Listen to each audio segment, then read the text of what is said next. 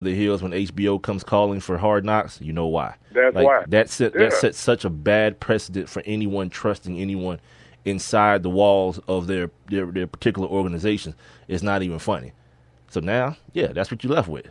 But Guys, didn't Mickey Loomis, didn't they get him because they said he had some kind of listening device in the booth in the executive suite I where don't he could remember if listen in I don't going remember on in the locker room? if that was actually proven. They did mention it, but I don't think it was. I don't remember that it was actually proven and that he was actually And what, punished that it for was it. destroyed during Katrina? Right. That's what they said, Right, right? it happened before Yeah. Katrina, so after the fact, it was no way to prove that it happened or not. Sitting here looking for this Jonathan Vilma article, so because he gave Tom Brady some advice as far as how Yep. to go forward and Great handle advice.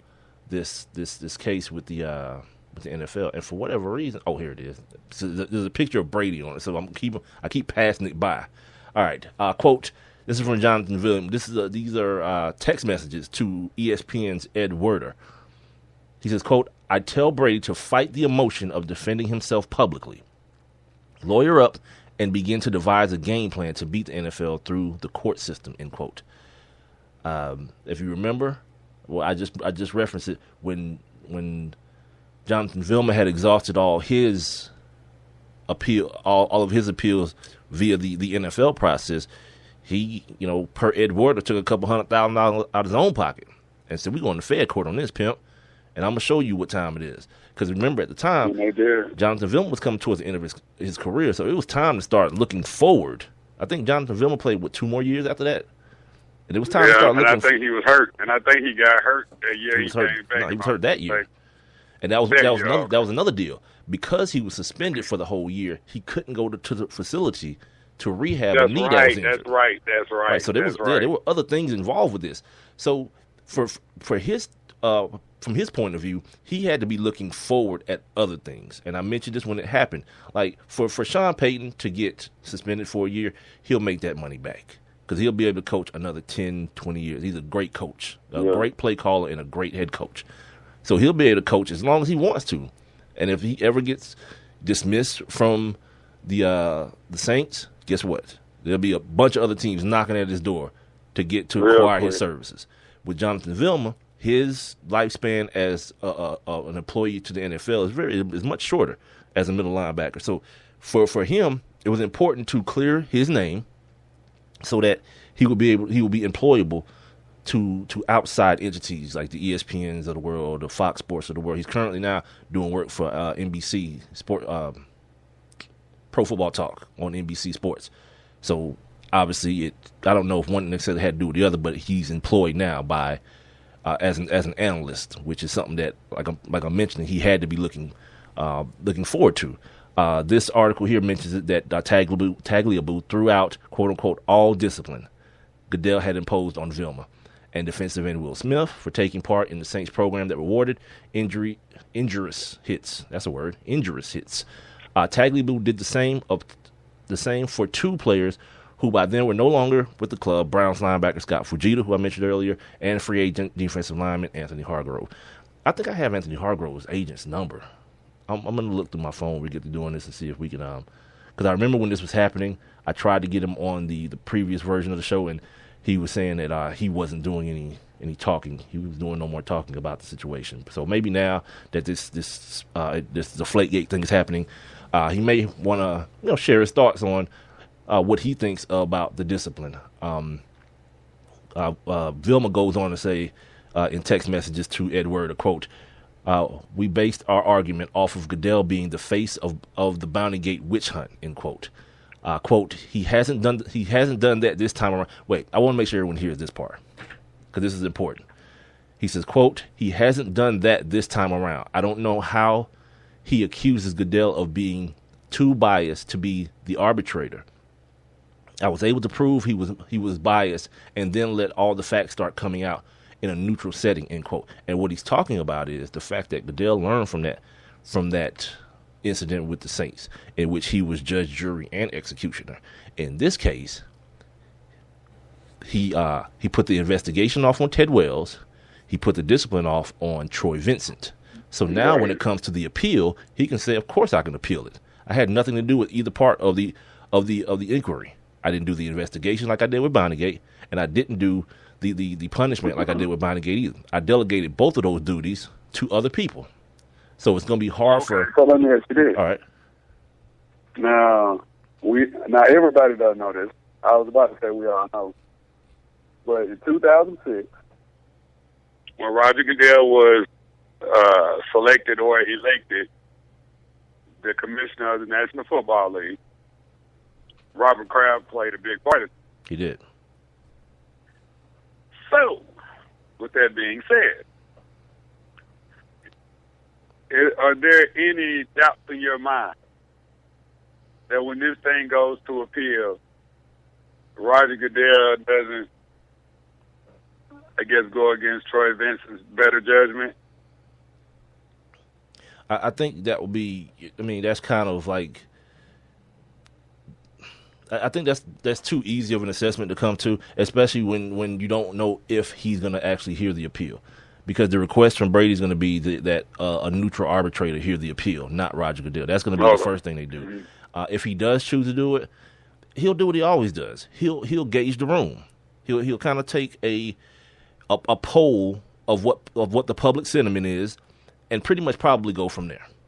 You know, because that's what all this stuff is about. That's the reason Brady got 4 games, because he feels like, I believe he feels it easier to overpunish and then let someone else do the dirty work and reduce the punishment, so he can say, "Look, man, I tried." You know what I mean? Like, I tried to give him 4 games, but they knocked it down to 2. What you want me to do?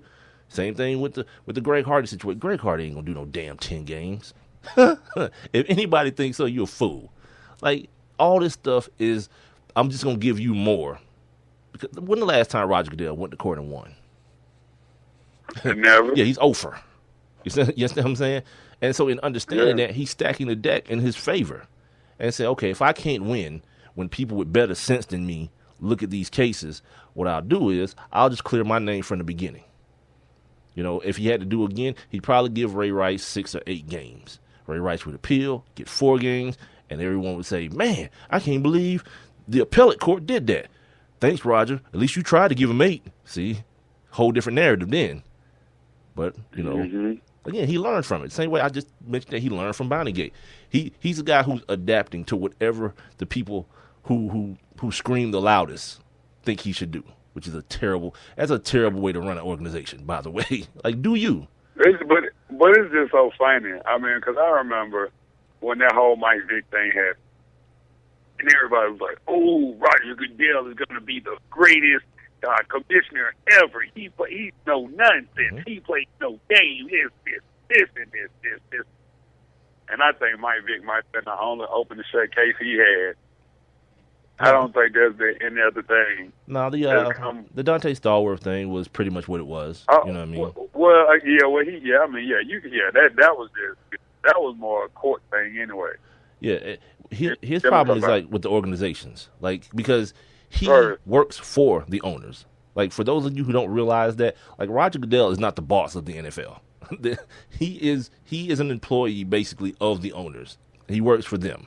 So when he runs afoul to one of them, please believe the other 31 are taking notice to see what the hell is going on.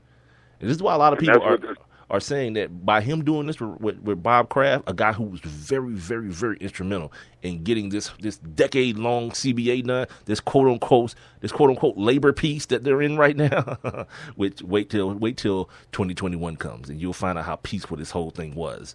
Yes, ridiculous. But Robert Kraft was very, very instrumental, and to the point where his wife died during this thing. He continued to work, or I don't know if she died, but she was dying.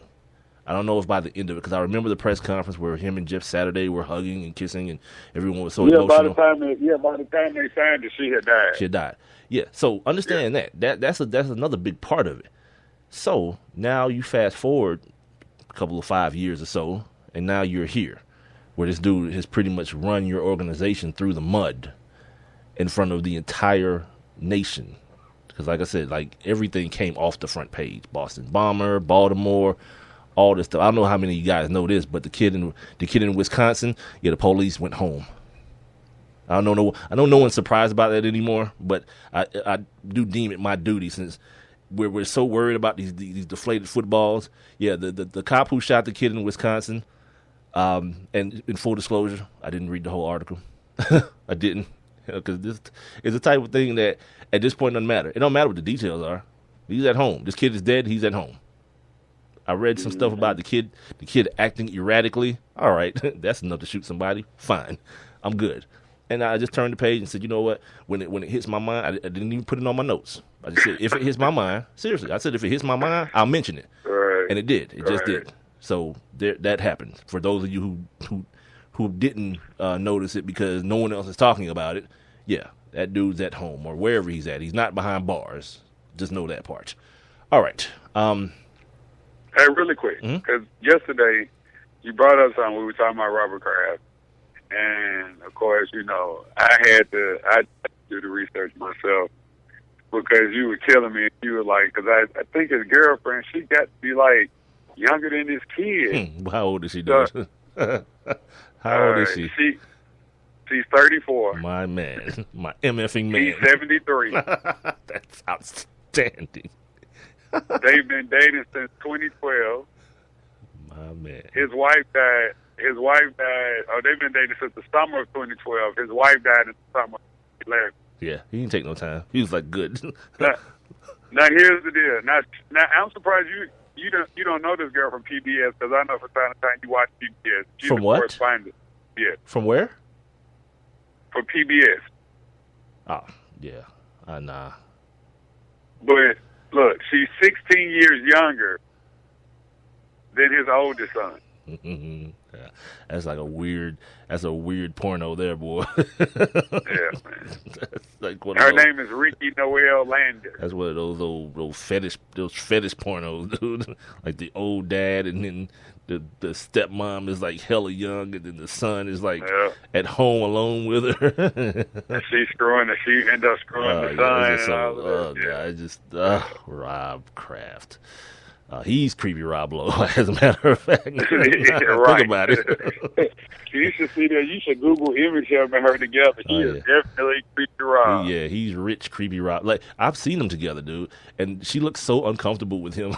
Like, just die already so I can have some of your money. Please. Yeah, I saw a picture last night of him and her hanging out with Jay-Z and Beyonce. I was like, oh. Meanwhile, Jay and B looking like they thought I was too old for you. Look at this crap. Look what's happening over here. Oh my God. BTW. It's good to be white, my nigga. It's good to be white, boy. All right. Where are we at? Rich and white. Yeah, that helps. Yeah, having money, that helps a lot. Here's the other thing. I heard this today on Dan Patrick's show, and I want to make sure I give him credit because it was an interesting concept. And I'm going to ask you, on appeal, what's acceptable for you on appeal? If you're Tom Brady, Rob, put yourself in his shoes. What's acceptable after the appeal is said and done? What is acceptable for you when you walk away or walking out of the court or whatever the hearing is or whatever it may be? You said, but there has to be a discipline? Nah, just what's acceptable. What do you feel happy with when you walk out of that building as a win? What's a win? Mean if I'm Tom Brady? Yeah, what's a win for you? If I'm Tom Brady? Yeah. If I'm Tom Brady, I've already told y'all I ain't do nothing. I ain't know nothing. So if I don't walk out of that scot-free, I'm gonna be pissed off.